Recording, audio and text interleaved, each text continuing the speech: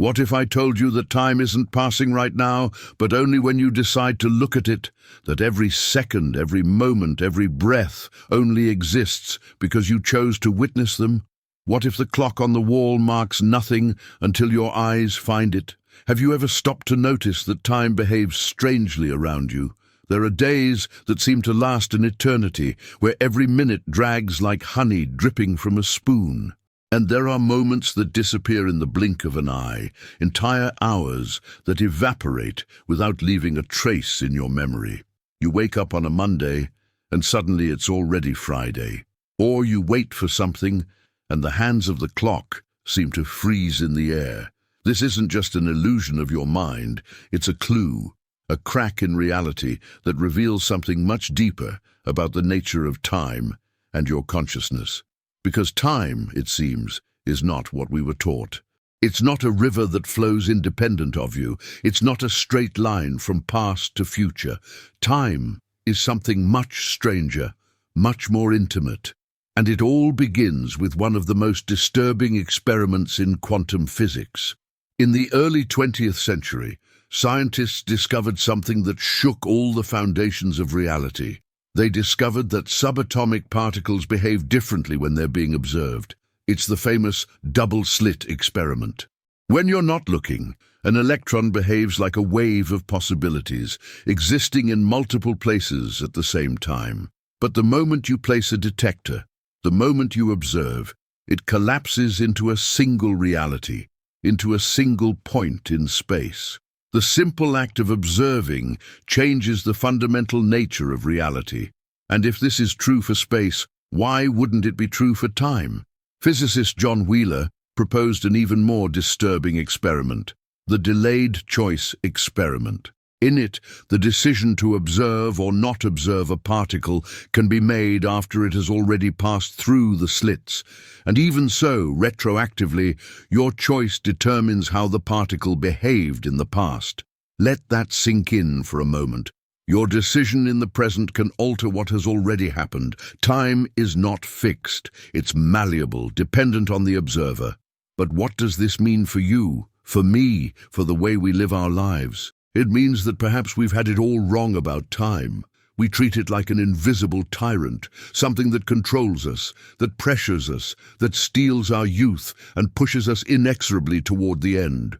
We schedule appointments, race against deadlines, feel the anxiety of the future and the weight of the past. But what if time only exists in the moments when you pay attention to it? Think about your own experience. When you're completely immersed in something you love, where are you? You're not in time. You transcend it. Hours pass and you don't notice. There's no past, there's no future, there's only the infinite now of your pure experience. And when you're bored, waiting, anxious, time materializes as an oppressive force. Every second weighs heavy. You look at the clock every minute, and the more you look, the slower it seems to move. The truth is that you create time through your attention. When you stop looking, it ceases to exist for you. This isn't abstract metaphysics, it's your lived experience. Have you ever had that moment when you woke up from a deep, dreamless sleep? Where were you? For you, time simply didn't exist. 6, 7, 8 hours disappeared in an instant without dimension. You closed your eyes and opened them, and the world had spun. But for you, there was no journey, there was no duration. Now multiply that. Every time you're not consciously paying attention to time, it's not there. Your life is not a continuous line of moments. It's a collection of instants of consciousness, like a series of photographs separated by abysses of non-time. But here's the question that can change everything. If you create time through your observation, can you control it? Not in the literal sense of stopping clocks or traveling to the past, but in the profound sense of shaping your experience of reality.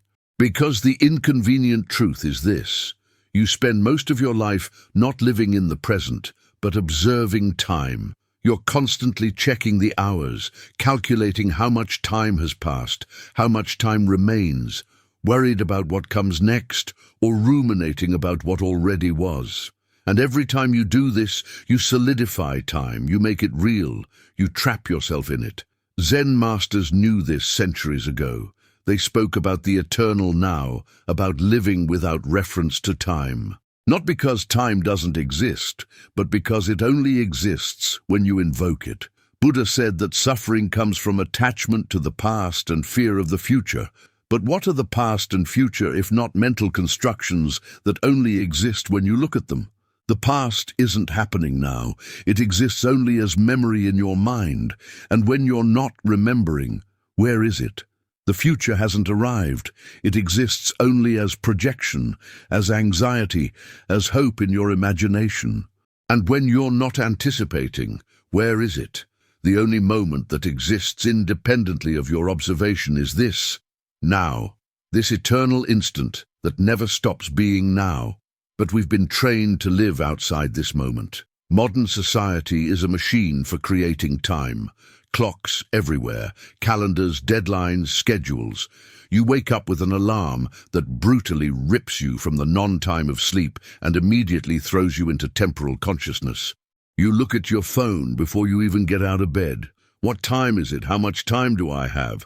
What do I need to do today? And there, in that first moment of consciousness, you invoke time. You make it real. You trap yourself in it for the rest of the day. And then you spend the whole day running from one thing to another, always aware of the clock, always checking, always measuring. And at the end of the day, you're exhausted. Not necessarily from the work you did, but from the constant attention you gave to time. Because observing time is tiring, it's stressful, it's unnatural. Have you noticed that young children have no sense of time? They live purely in the moment. They don't know if 15 minutes have passed or 3 hours. They simply exist, experiencing, exploring, being. And we look at this with nostalgia, as if it were something lost from childhood. But it's not about age. It's about where you place your attention. Children haven't lost the ability to live without time. They simply haven't learned yet to constantly observe it. And then we grow up, and they teach us to be slaves to the clock. And slowly, imperceptibly, we begin to believe that time is real, that it's actually passing, that we're being carried by an irresistible current toward aging and death. But what if you could unlearn this? What if you could recover that state of timelessness? Not through escapism or denial, but through a deep understanding of the nature of time. First, you need to recognize when you're creating time.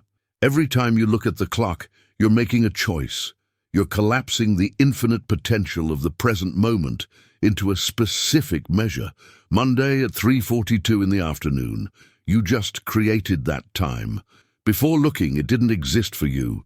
Second, you need to understand that most of your anxiety and stress comes from your constant observation of time. When you're worried about the future, you're there, in imagination, observing a time that doesn't exist yet, making it real in your mind. When you're trapped in regrets of the past, you're there, in memory, observing a time that no longer exists, keeping it alive through your attention. And here's the secret that can free you. You can choose to stop looking. Not always. Not in all the practical moments where you need to coordinate with the world, but much more than you think. You can spend hours, entire days, without checking the time, without calculating how much time has passed, without projecting yourself to what comes next. And when you do this, something magical happens. You enter flow. You enter the state where time ceases to exist. And paradoxically, that's where you're most alive. That's where you're most productive, most creative, most present. Scientists call this the flow state. Athletes call it the zone. Artists call it the muse. But everyone is describing the same thing. That magical place where you stop observing time, and therefore it stops existing for you. And there's more. If time only exists when you look at it, then the way you look matters. You can look at time as an enemy, as something that's robbing you, aging you, pushing you. Or you can look at it as a tool, as a useful illusion, as something you use when you need it and dismiss when you don't. The difference is in your conscious relationship with time. People who say they don't have time are people who spend all their time observing time. They're trapped in constant vigilance of the minutes and hours, and this creates the experience of temporal scarcity. People who say they have all the time in the world are people who have released that vigilance. They do what needs to be done without the constant narrative of how much time is passing. But there's an even deeper secret that few know. If your observation creates time, then the quality of your observation determines the quality of your time. When you observe time with stress, with rush, with anxiety, you create a dense, heavy, oppressive time. Minutes drag or fly in chaotic ways. When you observe time with presence, with calm, with acceptance, you create a more spacious, richer time. You have the sensation that there's more time, even though the clock says otherwise. This isn't magic. It's quantum physics applied to consciousness. You're literally collapsing the wave function of your reality through the nature of your observation. And here's the final revelation, the truth that unites everything. You're not in time. Time is in you. It's not a container that holds you. It's a phenomenon that arises within your consciousness. When you close your eyes and meditate, when you enter that deep space of inner silence, where are you? Without thoughts about past or future, without reference to hours or minutes, what remains? You remain. Pure consciousness, pure existence, the being that you are beyond time. And that being, that consciousness, it doesn't age, it doesn't die. It's not subject to the laws of time because it exists before time, outside of time. Time appears within it, like waves appear in the ocean. But the ocean is not the waves. You are not your temporal moments. You know that feeling you have sometimes, usually at night or in the early morning hours when the world is quiet. That feeling that you could be in any era at any age, as if for a moment you had forgotten how old you are, forgotten what year it is. That's you touching the truth. That's the timeless you, the consciousness that exists beyond the temporal narrative you've constructed about yourself. And the more you can touch that place, the more you realize that all the rush, all the anxiety about time is an illusion. Not because time doesn't matter in the practical world, but because you're not limited by it in the way you thought you were. The great freedom that comes from this understanding is this: you can stop fighting against time.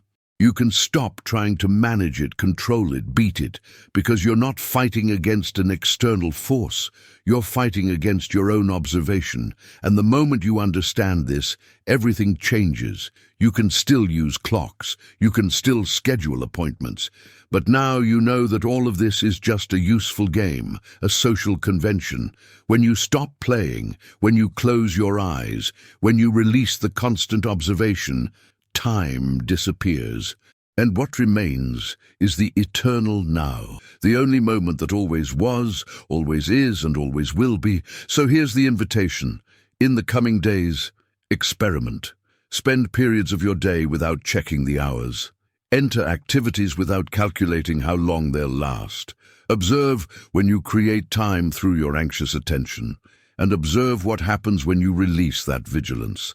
You may discover that you have more time than you thought, not because the hours increased, but because you stopped making them exist every second. You may discover that life becomes richer, deeper, more alive when you're not constantly measuring it. Time exists only when you look at it. So perhaps the real question isn't how much time you have, but how many times a day you choose to look. And every time you choose not to look, you choose eternity. You choose to live beyond time, in the dimension where everything is possible, where nothing ages, where every moment contains infinity. This is your natural state. Time is just a visitor that appears when you call it. If this journey opened something in you, if these ideas resonated with the truth you already knew but had forgotten, leave a like on this video. And subscribe to the channel, because this is just the first layer of a much deeper reality that we'll continue exploring together. Share this video with someone who's racing against time, who's tired of fighting, because maybe they need to hear that there's another way. In the comments, tell me, when was the last time you completely lost track of time? When was the last time you touched eternity? I'm curious to know. Until the next video, or rather, until the next now.